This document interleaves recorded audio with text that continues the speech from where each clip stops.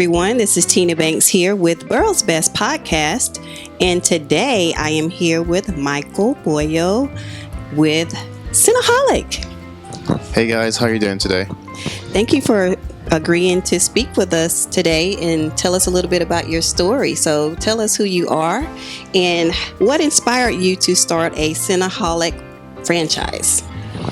Well, like you said, my name is Michael, and I was a student here at Georgia Southern before I decided to have Cinnaholic here. I used to go to school at Valdosta State University, where I saw the first Cinnaholic ever, and I was like, hey, Valdosta has one of these, and I feel like this would do really good here in Statesboro, because when it came to dessert in Statesboro, there was only like ice cream and donuts, and pretty much that was it. That's what you could think of. Cookies. Cookies, and cookies as well. So I was like, hey, what about people who want cinnamon rolls? Like, there's cinnamon roll places in Savannah. So if I bring this here to Statesboro first, I mean, people will definitely love it for sure. And also, right before I realized that, I was like, I spoke to the franchisee, and I realized it was vegan.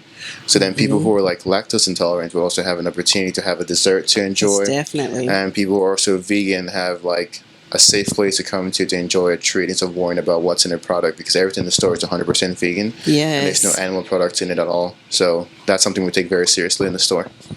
All right. So tell us what you did prior to starting your franchise. I was a student at Georgia Southern. I studied electrical engineering. I still plan to go back to finish. But another big reason why this franchise had to start was because my dad got into a car accident, and he became quadriplegic from the neck down. So being unable to work, I had to borrow some money from him, and the money I invested in the stock. I invested in the stock market over the years to invest this place, so that I can bring income to help take care of him since he can't work anymore. I'm sorry to hear that, but I'm glad something good came from that. Yes. So tell us what a typical day looks like here. Like, how early do people start, and what are they doing? So typically our day starts at 8:30 in the morning. Our baker comes in at 8:30, and he or she begins by making brownies, banana bread, and also our rolls right after, because everything in the store is baked fresh every morning. At 9 o'clock, we have our front of house person who comes in, and they help prep the frostings, bake the cookies, and bake the rolls in the oven, and then place them in the warmer as we open at 10 o'clock. But I know some people have been mad at us because we haven't opened at 10 o'clock sometimes in the beginning. But that's some days we do have people who are training as bakers for the first time. So we don't expect them to be fast. Yeah. And typically, I know people are also upset that we don't open earlier than 10 a.m. But at the same time, we're more of like a dessert kind of place. Right. So, some people enjoy it for breakfast, though. That's why they want it earlier. Yeah, so we're thinking about like modifying our hours going forward, and potentially closing on Mondays as well. Yeah, that's a good idea. I know a few other businesses that follow that schedule as well.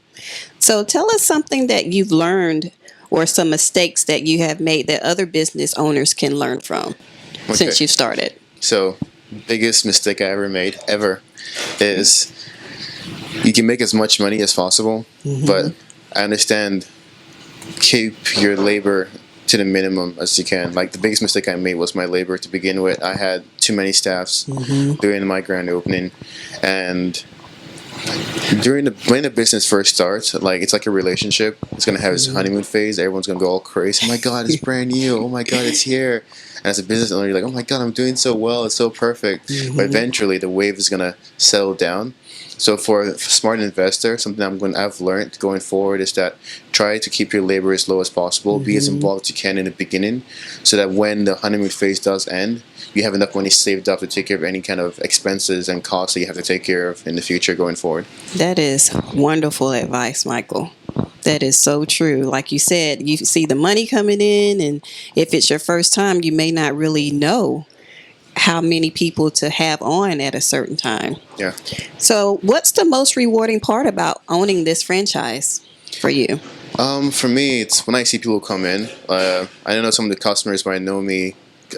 In the beginning, I was always up front, so most of the customers would know me and having that conversation with them. And for instance, a lady came in and she's like, hey, I want to get old school cinnamon roll with just cream cheese. And I was like, ma'am, you sure you want cream cheese? Like, yeah, I want cream cheese. That's why I get a Cinnabon. I'm like, okay, why don't you try out coffee frosting? Do you like coffee? And she's like, okay, I'll give it a try.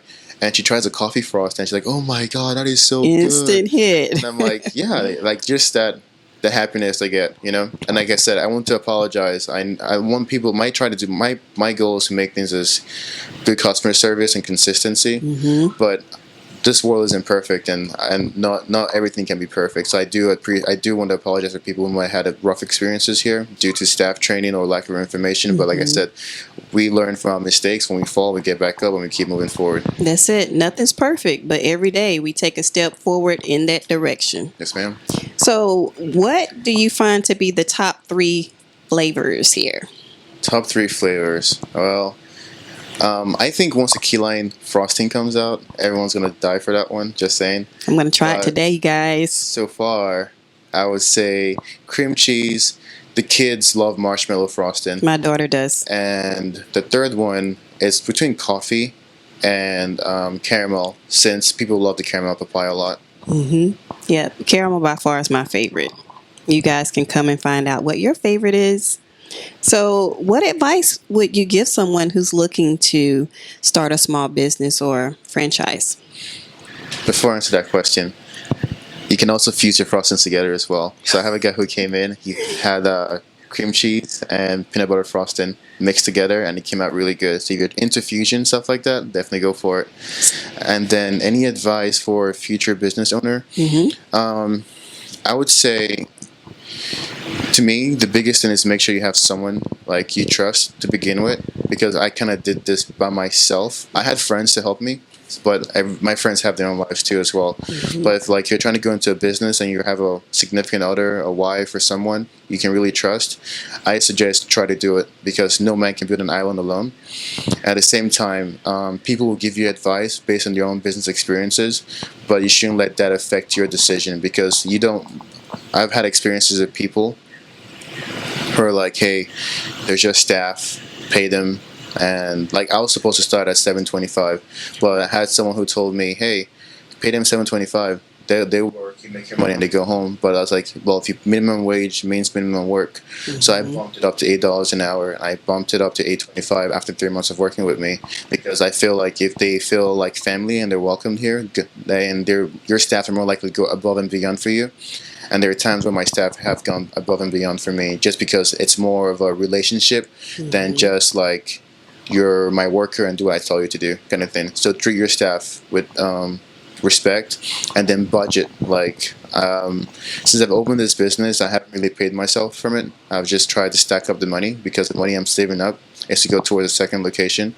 And I say I love Statesboro. Statesboro is really good, but my plan is to bump up to Fuller, Savannah as fast as I can, because the volume here is not as high as it would be up there. That's all good advice. So guys, he's already looking for the second and third location, which is wonderful. So can you share with us your favorite business here in the borough? All right, guys, don't hate me, but I'm going to say number one is Standard Tap, AJ. Yeah, it's my favorite. AJ, the garlic cheese yay. naan is the bomb. And to me personally, I don't drink. I only drink socially, occasionally. So if I do go out to drink, that's a place I'll get like a glass of drink from, guaranteed.